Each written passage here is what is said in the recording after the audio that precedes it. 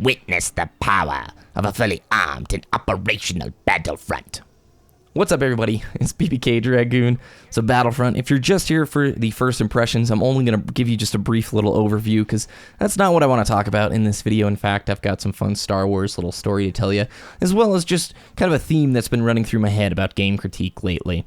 So Battlefront, they went to great lengths to capture an authentic Star Wars experience that puts you in the middle of a giant Star Wars fight. Every kid's dream.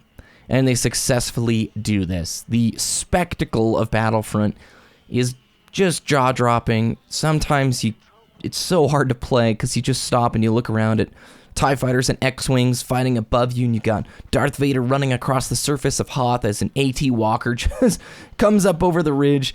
There are so many spectacle moments that, like that, the X-Wing just flying over you and the noise, boom, sound design, unbelievable. Some of the best sound work they've done in a Battlefield game. They're known for excellent sound work, and this is no different. They've gone to such lengths to ensure an authentic feel with the models, the actual way that, like, the visuals look, even, you know, the fades. It's funny to see the page wipe fades or the peel. I don't know if you'd call them peel waves, what you guys would call them, but page wipe kind of waves that were used in the original trilogy. It's a very George Lucas looking thing. Anyway, the negatives are the fact that there's limited game modes and very few maps. The game launched with 12 maps. I did a lot of research before buying this game, by the way. Listened to a lot of viewer feedback, read a lot of reviews, did not pre-order because pre-ordering is bad, and made my decision up. I knew the game. You know, over the last year, if you've been following it, the only press that's been coming out is basically what this game doesn't have in it rather than what it does. You know, it doesn't have campaign, and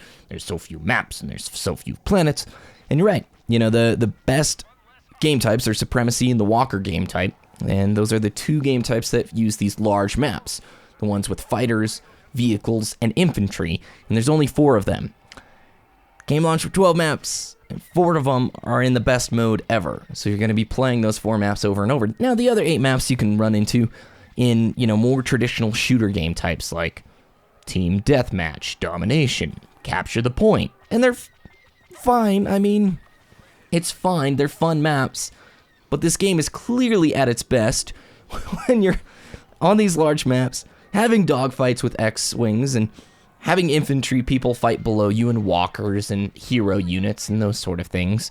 And to only have 4 maps, it definitely feels like it's almost forcing you to go out and spend $50-$60 to buy the DLC if you want to have an extended experience with this game. So those are my first impressions. You know, I knew all of this going into it. It captures the Star Wars experience brilliantly. There are a ton of spectacle moments, but is this a game that's going to be surviving, you know, even to February or March? I don't know. Probably not, but I knew that going in. I talked to so many people, and I was after that Star Wars spectacle experience. I love the original trilogy. In fact, I've told you guys this before.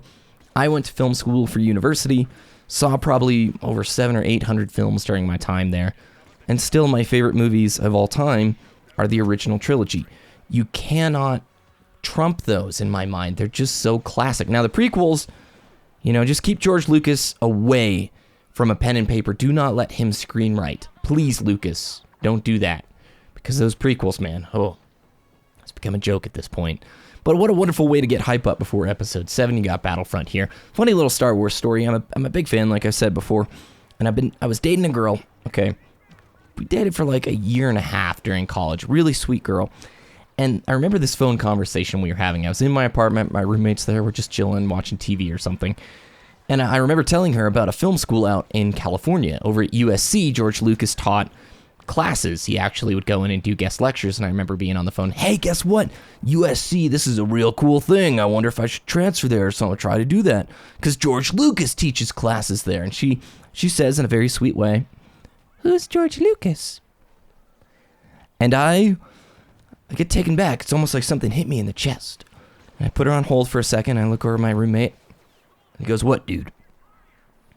She just asked me who George Lucas is. And my roommate looks back at me and goes, I'm so sorry, dude. Sorry.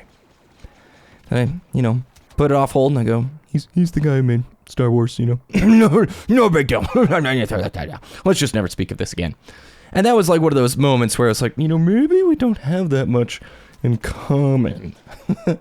Anyway, dumb story, I know.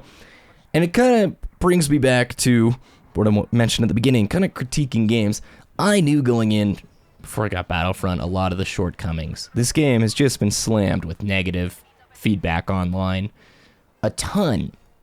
It's very clear DICE was making an experience that would be a spectacle, and maybe not a game that's totally designed for a hardcore player or a hardcore Battlefield player, but rather something that, you know, a casual gamer could pick up and just be really blown away. Be, oh my gosh, games are like this these days? Whoa, this is like the movie. This is crazy.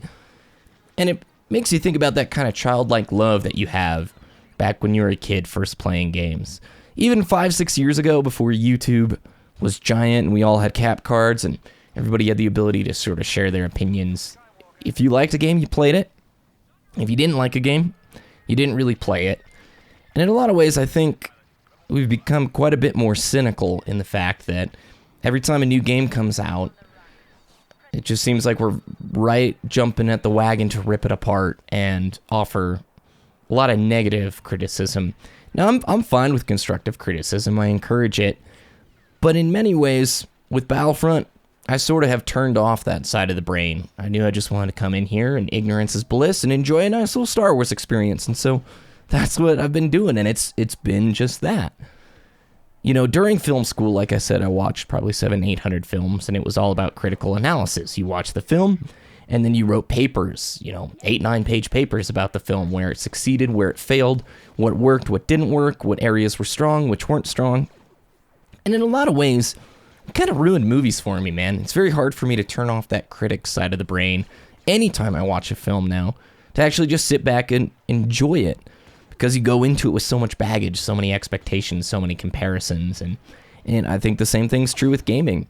I think in a lot of ways, at least I'll speak for myself, we get so used to YouTube culture that we just immediately want to know what the game's drawbacks are. How long will it last? How many hundreds of hours will I get out of this? Is it worth $60 that I spent on it? It's curious to me because I can post Halo or Call of Duty or Destiny or virtually any game, and there's always a handful of people who say, I hate this game, I hate Halo, hate COD, Destiny sucks, blah, blah, blah. And that's weird to me because it's like, if you don't like a game, why would you watch the video of it? And why would you go out of your way to tell other people, I don't like this game? I don't know, maybe I'm bringing too many things into the conversation at once, but let's talk about that in an upcoming video. Guys, if you enjoyed, let me know down below. Love to hear your feedback as well on the Battlefronts. First impression recap again, it's a spectacle, it's wonderful, it's lacking maps and game modes. Thanks for watching, have a great day, I'll see you next time.